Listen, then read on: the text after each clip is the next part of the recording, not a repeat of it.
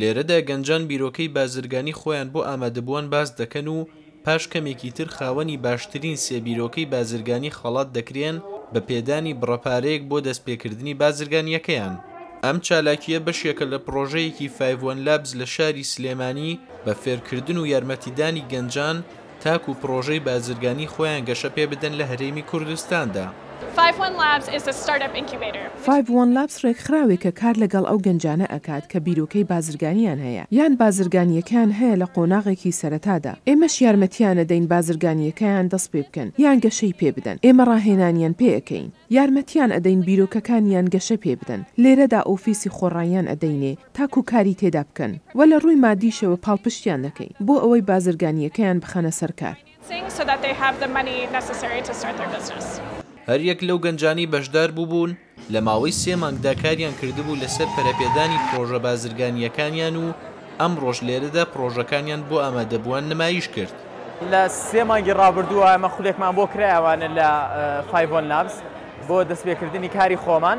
لە ماوەی ئەو 3 مانگەیە چەندین لۆکۆڵینەوەمان کرد لەسەر ئەو پرۆژانەی کە هەمانە 15 کەس مابووینەوانێ و 15 کەس بەشداریمان تێدا کرد. پاش 3 مانگەکە پرۆژەکانمان پێشکەش کرد و زۆربەمان دەستمان کردەوە بە کاری خۆمان.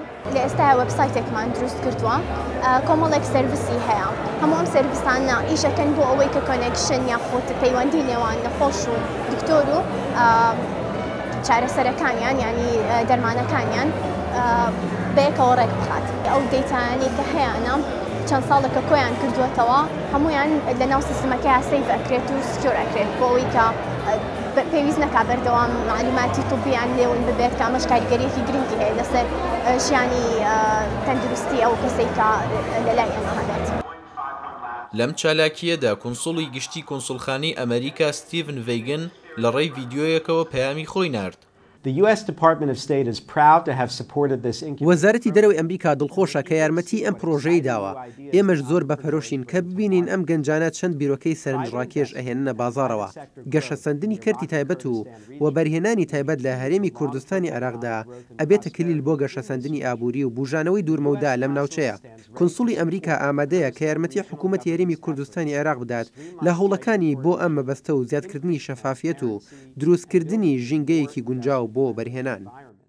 ئەم پرۆژەی 5 Labs لە شاری سلێمانی لەلایەن کۆنسوڵخانەی ئەمریکا لە شاری هەولێر و ڕێکخراوی جیایزێتی ئەڵمانیەوە پاڵپشتی کرابوو مەبەستی هاندانی گەنجان بۆ ئەوەی لە ڕێگەی بیرۆکەکانیانەوە ببنە خاوەن کاری خۆیان. ڕێباز مەجید دەنگی ئەمریکا سلێمانی.